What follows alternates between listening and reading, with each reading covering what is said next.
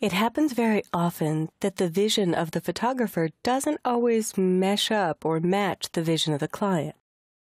So while the client picked this model and had set out some suggestions for styling, they went a little too far on the makeup application at the actual shoot.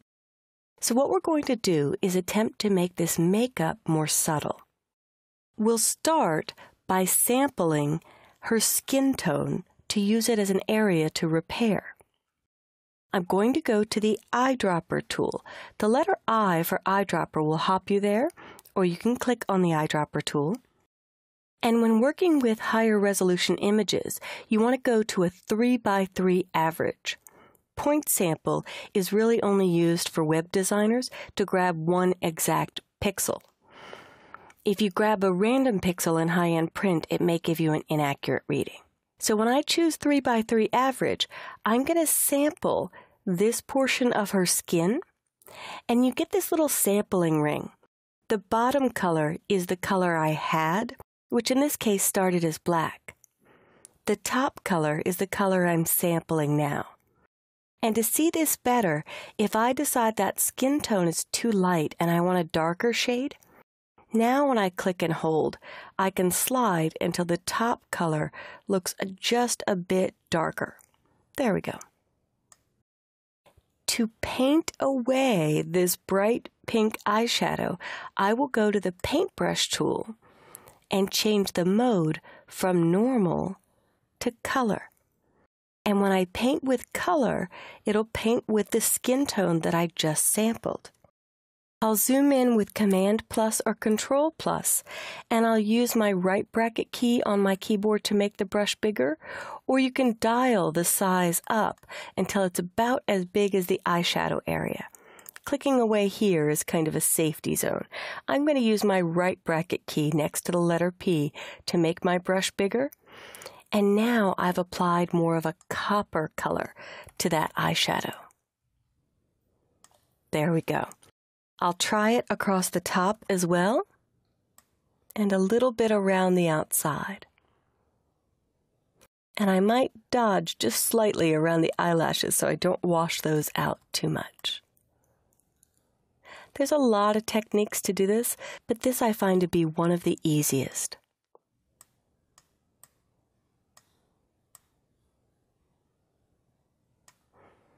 All right, I think most of the pink is gone. I'll zoom back down, and now she has more of a gold or copper look. And if I want to get rid of that silver eyeshadow, I could turn that to the skin tone also, or I could sample a different spot. You're still going to keep that silver sheen, but this, in my opinion, looks far more subtle.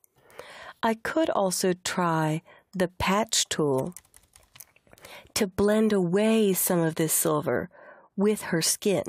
So I use the patch tool underneath the spot healing brush, and I'll just drag the solid skin, and now I don't get so much of the silver eyeshadow. I'll hit B to go back to brush and continue to paint a little bit.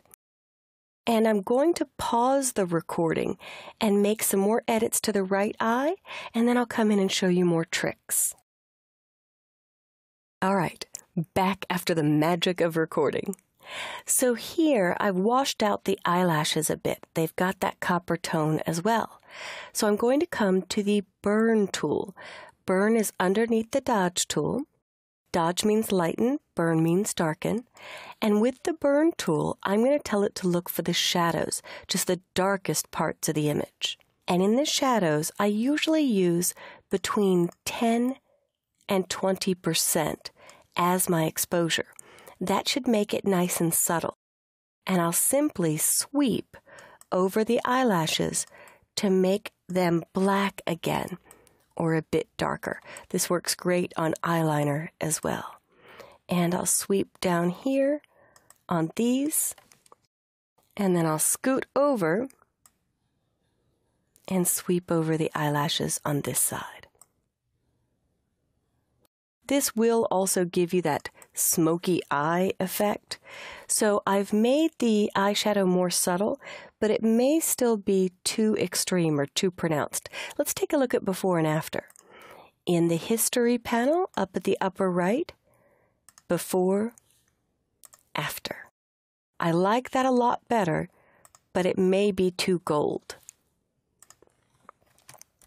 So I'll zoom back in with Command plus or Control plus, and underneath the Dodge and Burn tool is a sponge tool, which will suck up or desaturate the color. With the sponge tool, it does move towards gray, so now I can sweep over, and the more I sweep, the more it's taking away the color values and moving towards gray. You have to be cautious, though. It's easy to go too far in the gray area. And now, in essence, I'm making her eyelids black and white. So you will have to do some blending here. And I love that History will save the day. If I've removed too much, I can click my History panel, see where I started sponging, and click back on the Burn tool. Maybe I just want to lighten this, so I can try Dodge. So by clicking back on the Burn tool, I undid all the sponging or desaturating. I'll make my brush a little bigger, and now I'm just lightening that. But be careful where you lighten. It's lightening the midtones, which may cause a glow.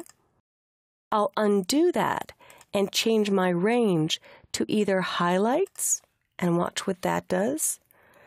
That's even worse of a glow. Undo, and really where I want to lighten is the shadows, the richest, most copper portions of that eye. And now I'm approaching the subtlety I'm looking for in this shot. Now there are some tricks I can use at the end with masks to bring back the black of the eyes, and there's other tricks you can use with layers to wipe out the pink altogether. But my goal with this exercise is just to teach you how to make this more subtle. In fact, around the edges where I do get too much gray, but I've softened everything, I love the patch tool just to clean up or hide any evidence of work that I've done, and at the same time, removing wrinkles. So as long as I don't touch the eyelashes, the patch is great at blending away evidence of retouching. And if there's any little portions I want to bring back, my History brush is always set to the original. I could hit the History brush tool and use a little bit bigger brush and start painting back. But that's going to bring back all of the pink. I could try 2 for 20% opacity and paint back just a little bit of that pink, removing some of the gray tone, and a little bit underneath, restoring just a blend of the original makeup job. Now let's see where we are. This should get rid of all the gray that I was worried about. So here's our final in History. Before, very harsh, too bright in my opinion. After, much more subtle, much more natural looking. Now the earrings and the necklace are another matter. If you're brave enough, you could try the cloning stamp tool to clone hair over that or clone part of her skin to remove the necklace. But hopefully you've seen some ways to subtle up makeup by painting with color on your regular paintbrush tool in the blending modes.